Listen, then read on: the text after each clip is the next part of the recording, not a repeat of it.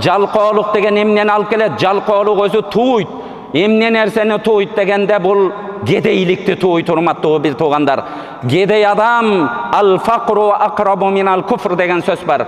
Кедейлік бұл кафырлық алып барып қоя тұрған ең оңой жол дейді.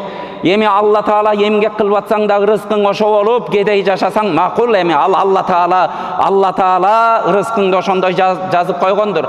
Бирок кээ бирөөбүз бар, 6 саныбыз аман болуп туруп, үйлөрүбүздө жалкоо болуп, бир иштегенден намыстанып, ушинтип отуруп туруп анан кедейликке түшүп калгандар бар. Ошентип бир адал рызкы кылып көчөлөрдү шыпыргандан уялат. Көчөдө тачки туртуп адал рызкы менен пешенетер менен ушинтип тапкандан уялат. Бирок адамдан үмүт кылгандан уялбагандар арабызда аябай көбөйдү. Абу Ханифа рахимахуллаху алейх биздин мазхаб башчыбызды жанындагы жолдоштору ушундай дейт: эч убакытта адамдан үмүткө түшпөйт эле дейт. Бардыгыбыз амин деп дуа кылалы. Кудайым пенденин колун каратпасын. Алла Таалам бир пенде берип коет бекен деп ошондой абалга эч кимибизди түшүрбөсүн. Бардыгыбыз урматтуу бир туугандар, убакытыбызды пайдаланып жалкоолуктан арылалы. Сенин үйүңдө балдарың бар, үй бүлөң бар, анын муктаждыктары бар.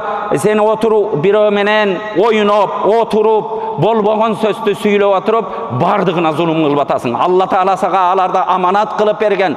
Аларга зулум кылып атасың көчөдө. Зулумдан жаман нерсе жок. Зулум бул Алла Таалага каршы чыгуу, урматтуу бир туугандар.